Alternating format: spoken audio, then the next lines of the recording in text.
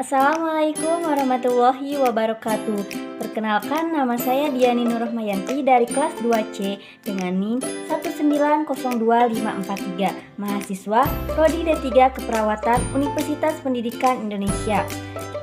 Hari ini saya akan memenuhi salah satu tugas UAS mata kuliah SPAI atau Seminar Pendidikan Agama Islam mengenai pola asuh orang tua pada pembentukan akhlak anak dalam pendidikan Islam. Sebelum membahas ke materi yang inti, apa sih yang menjadi latar belakang kami mengambil penelitian tersebut? Yaitu, orang tua merupakan peranan yang sangat penting bagi anaknya karena ikatan anak beserta orang tua sangat berpengaruh sekali dalam tumbuh kembang anak atau kepribadian. Apalagi, hal ini berhubungan dengan pengasuh secara langsung.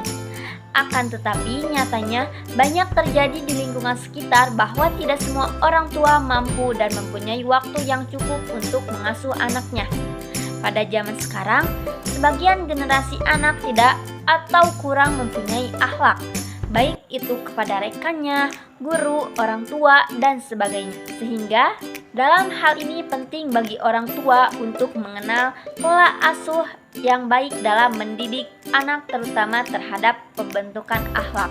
Di sini saya mengambil isu, yaitu perbedaan pola asuh dalam keluarga yang membuat setiap individu atau anak itu memiliki karakteristik atau akhlak yang berbeda-beda pula dalam kehidupan sehari-hari.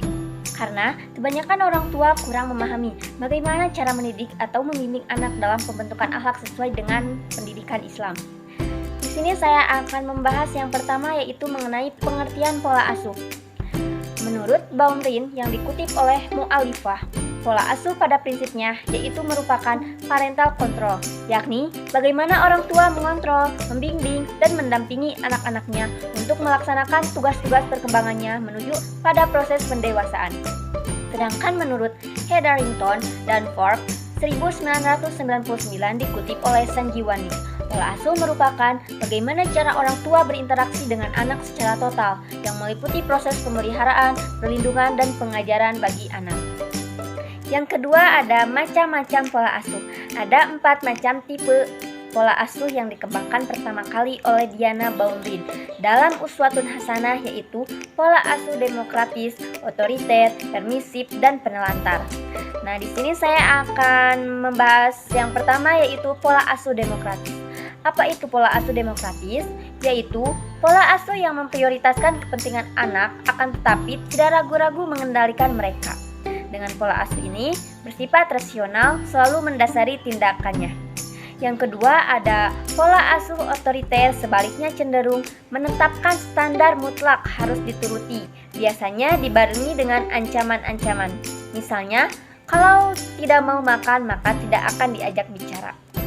Yang ketiga, ada pola asuh permisif atau pemanja, biasanya memberikan pengawasan yang sangat longgar. Dan yang terakhir, ada tipe pelantar, pada umumnya memberikan waktu dan biaya yang sangat minim pada anaknya.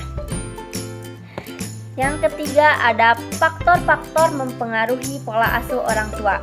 Menurut Musen, terdapat 3 faktor yang mempengaruhi pola asuh, di antaranya yang pertama, budaya setempat, status sosial ekonomi, dan yang terakhir ada lingkungan tempat tinggal.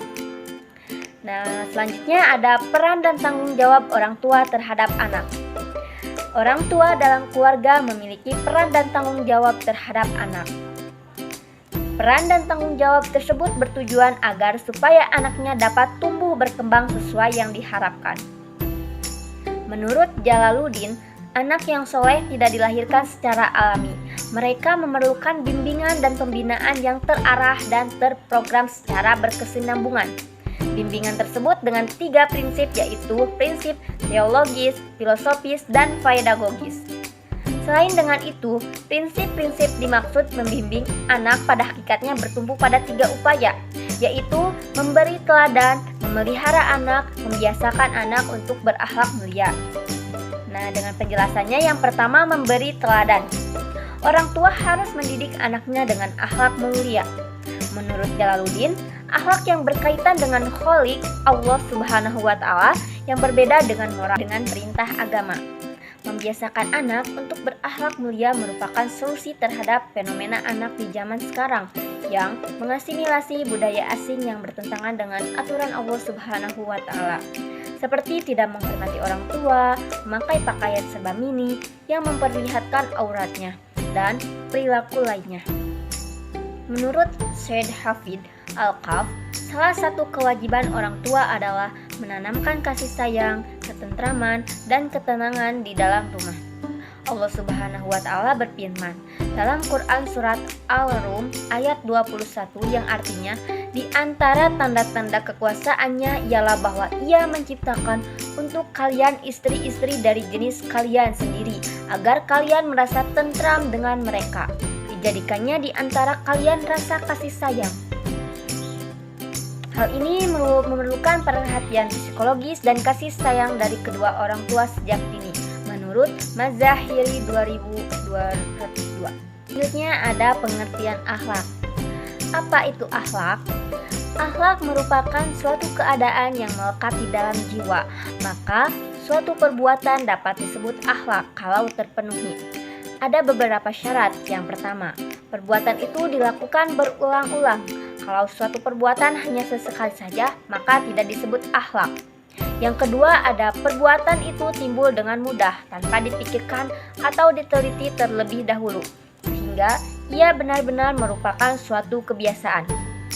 Jika perbuatan itu timbul karena terpaksa atau setelah dipikirkan dan dipertimbangkan secara matang, maka tidak disebut akhlak.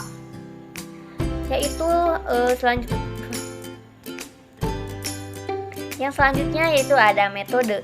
Jenis penelitian ini yang dilakukan adalah jenis penelitian kualitatif dengan memahami realita yang terjadi di daerah Sumedang dan pandangan tokoh agama Islam mengenai pengetahuan pola asuh orang tua terhadap pembentukan akhlak anak dalam Islam, yaitu dengan melakukan wawancara kepada tokoh masyarakat, melakukan wawancara kepada tokoh ulama Muhammadiyah dan NU.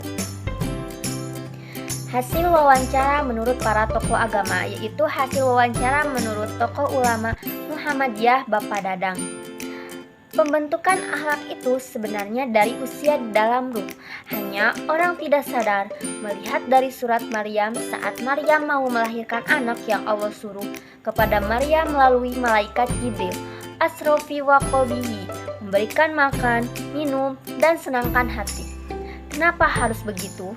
Karena bersentuhan langsung dengan ibu. Apa yang dilihat ibu akan dilihat anak. Apa yang dimakan ibu akan dimakan anak.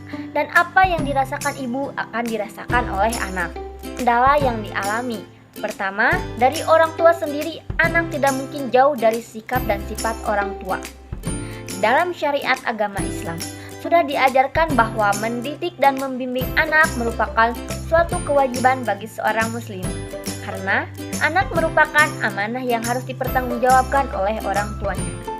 Pernyataan ini sesuai dengan hadis Rasulullah Shallallahu Alaihi Wasallam. Tiap bayi dilahirkan dalam keadaan suci atau fitrah Islami. Ayah dan ibunya hanyalah kelak yang menjadikannya Yahudi, Nasrani, dan Majusi atau penyembah api berhala. Yang kedua ada hasil wawancara menurut tokoh ulama NU, yaitu Bapak Irfan.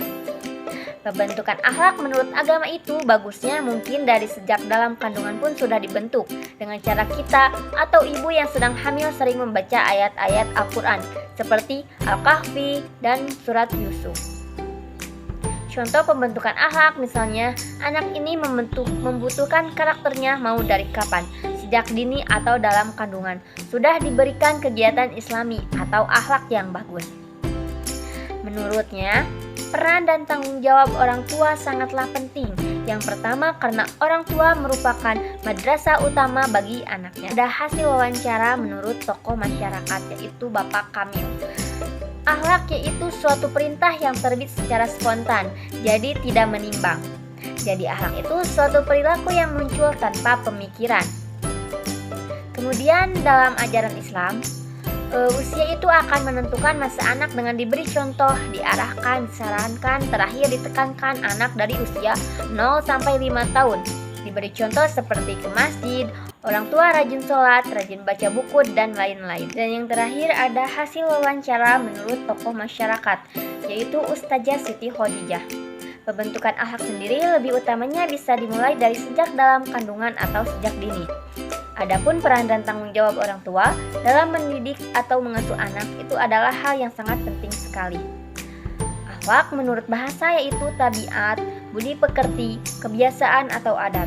Sedangkan menurut istilah adalah perbuatan yang dilakukan berulang kali sehingga menjadi kebiasaan dan kesadaran jiwa, bukan dengan paksaan atau kesengajaan.